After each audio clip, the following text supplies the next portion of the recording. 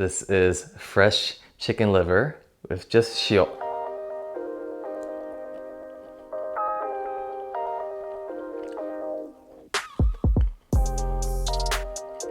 Just love how chicken you can have all sorts of variety of different flavor and textures. Hey Yaki Gang, Yakitori here. So last week I showed you guys how to skewer Hatsu. I hope you guys are able to find some chicken hearts at your local grocery store so that you guys can try and enjoy all the variations of chicken heart skewers. So when describing the chicken heart, I showed you guys how the chicken heart is connected to the liver with the connective tissue is known as a tsunagi. And so that tsunagi is what you can make the hatsumoto. So I wanted to get to the next organ, the kimo or the reba, which is chicken liver. If made right, the Reba Yakitori can be creamy and delicious, but unlike the other parts we've skewered so far, liver can be delicate. So this will be a test of finesse and being very gentle with your hands. So for today's lesson, I'll be showing you guys how to prep, skewer, grill, and garnish these chicken livers so that you guys can make really delicious Reba Yakitori at home. So as an organ that filters the blood before getting to the heart, the liver, when you buy it, it's gonna be a little bit bloody. So what you wanna do is just rinse it off with water gently. Then you just wanna strain it gently. You wanna break any of the liver. Just lay down a paper towel. Let it absorb the water. So the chicken liver is pretty easy to distinguish in its shape. There's a bigger whole piece on the top, and right here on the bottom, this is a smaller piece that has a slit in the middle. So I like to call it sort of the V shape. And when preparing the chicken liver, we're gonna be cutting this in half and then further cutting them into smaller pieces so that we can skewer them. When you buy chicken livers at the store, look for ones that are nice and firm. It just makes it so much easier to cut and skewer. So when cutting the liver, it's really about just separating these two main components first. So we got the big piece, the smaller piece. With this bigger piece, just gonna cut this in half. Got the main sort of chunky body. With the smaller piece, if we cut here, so we have 4 pieces that we got from these livers. Keep on doing these with the other ones. So just cut, separate, cut the head here. Just gonna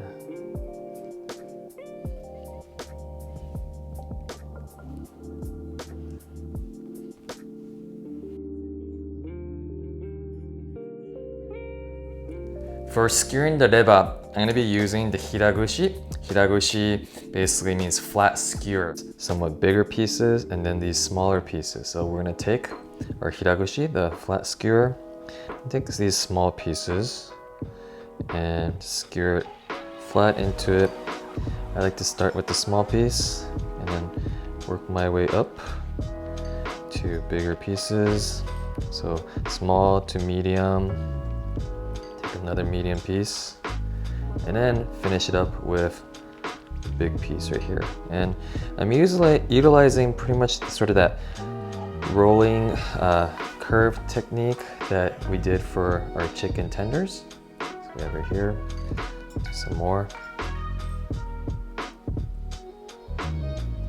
Small one, medium one, another medium piece, and take the larger piece right here.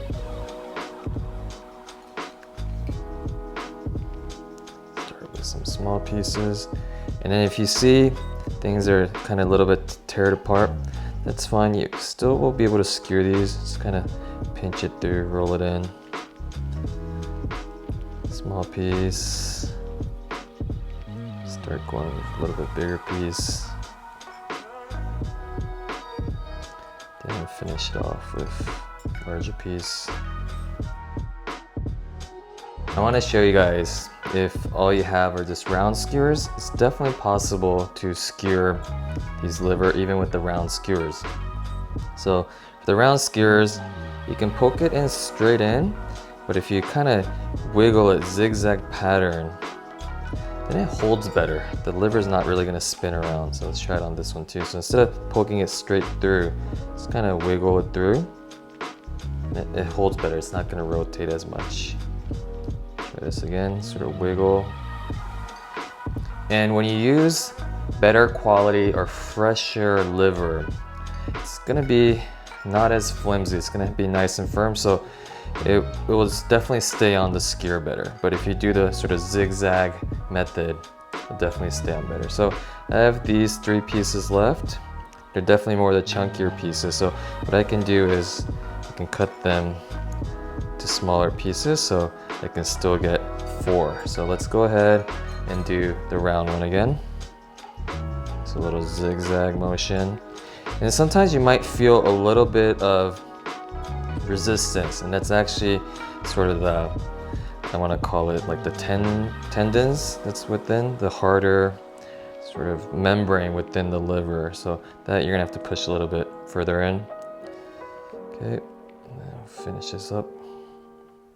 So right here.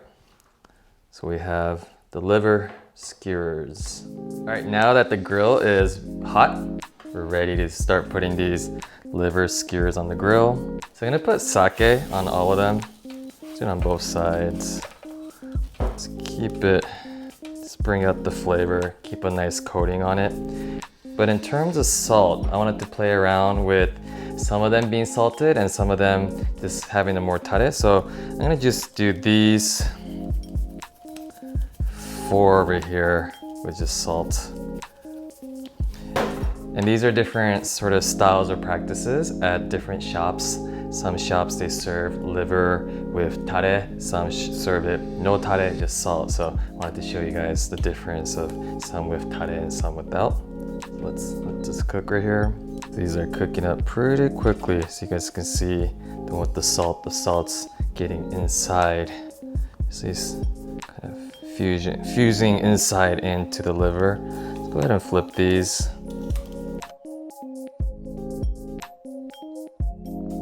So question I have for you guys is, have you guys had liver yakitori, and do you guys like it or do you guys not like it? And I ask that because liver has been divided among at least my guests. Some people, when they hear liver, they're like, oh, I really love liver, and others, they're like, oh, I don't like liver. And I really sort of blame that on a lot of shops aren't serving fresh liver here, and it's being cooked, overcooked essentially, so you get that metallic taste. And in Japan though, at the kodawari shops especially, they are using very fresh liver. It's very creamy.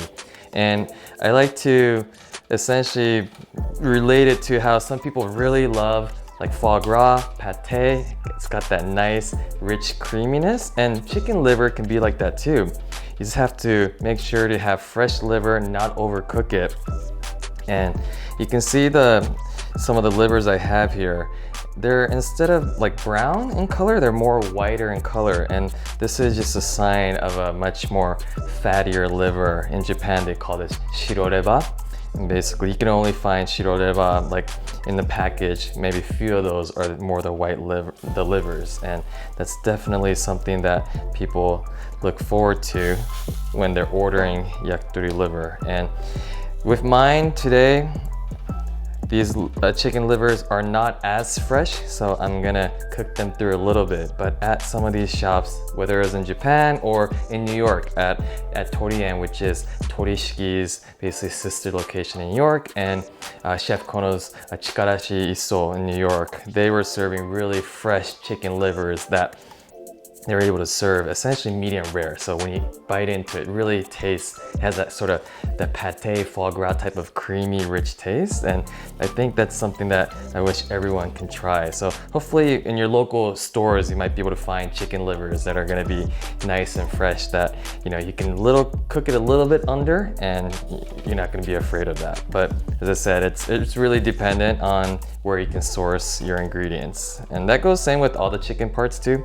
In Japan, you can get torisashi, which is basically raw chicken like sashimi. And I know a lot of people are sort of might be a little scared about that. But if you know where your chicken is coming from, if it's really fresh, that's something that they can definitely offer. But yeah, these are cooking really nice. They're really plump, and that's what you want to get. Yeah, you can see how this one has that lighter color. So this is definitely more in line, closer to the shiroreba, the white liver, whereas some of the other ones are cooking up a little bit more brown red.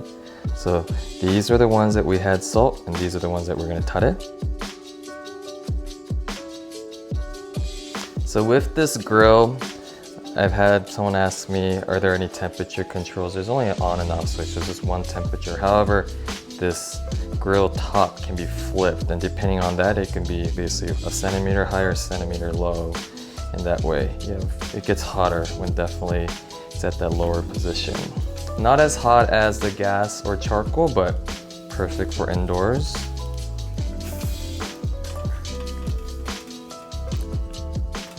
So by Japanese yakitori standards, definitely these livers are here. This is pretty much done. So here, let's put the two salty ones in and put it down. This is more of the shield. So this is salt right here. And these ones, I wanted to do a tare.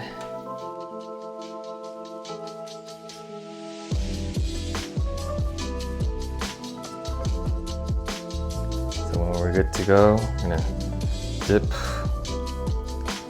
back on the grill. Japanese liver, like in Japan, they serve it somewhat medium rare. It's super creamy.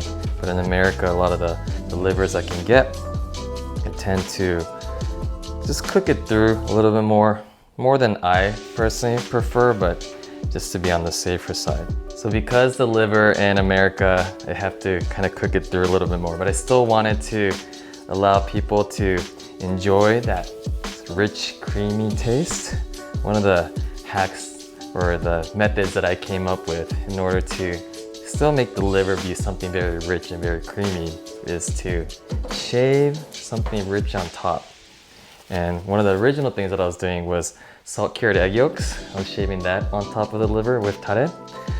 But when I was doing dinners in Chicago, I forgot to take my salt cured egg yolks that I normally travel with, and I came upon basically a butcher where I got my chickens from, Publican Meat Market in Chicago. And I was talking to them, what else is something that rich that I can shave on top of the liver that we have here? And they make their in-house miso salami, their miso cured salami. And we talked about, what if we freeze it?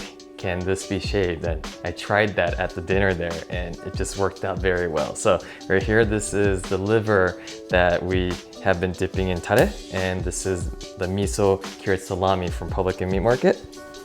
I'm just gonna be shaving this on. So as the frozen salami essentially warms up over this hot liver skewer, you can sort of smell the umami sort of miso-ness of. So here we go. So miso cured salami on the liver we have here. Basically liver just with tare, liver with the miso cured salami, and then this is a liver with the shio, the salt.